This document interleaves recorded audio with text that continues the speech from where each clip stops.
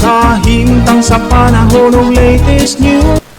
Diyan sa tuloy niya, Pag-asa Mactan, pinagi ni Sir Joseph Marlas. Sir Joseph, mayong adlong Domingo.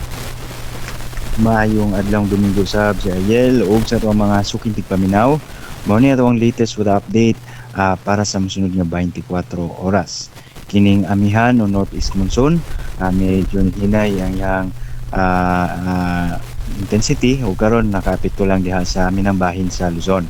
Samtang ang easterly limit nga hangin nagikan sa dagat Pasipiko mo'y nakaapekto labi na diha sa sidlakan nga bahin sa Visayas ug sa Mindanao. O gawas aning mga weather systems wala tayo gibantayan na nga LPA o bagyo nga posibleng makaapekto sa atong nasod. Maong sud sa 24 oras ang tibuok Bisayaan lakip ng probinsya Sugbo makasanatita aning generally fair weather condition o mainting po sa panahon.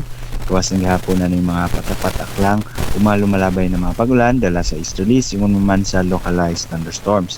Karong mga oras wala tayo nakita ng mga pagulan diri sa Central Visayas area.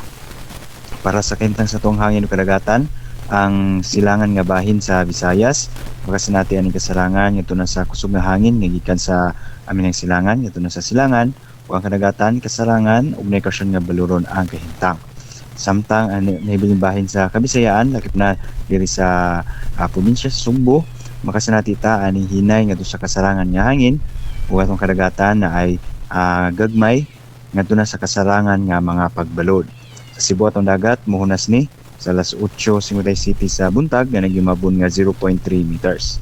Ug motaob sa alas 4:42 sa hapon nga nagilawmon nga 1.2 meters.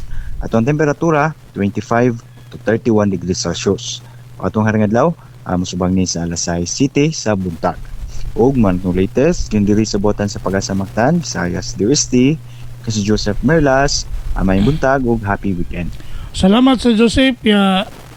Happy weekend. Okay, salamat sir. Okay, good morning.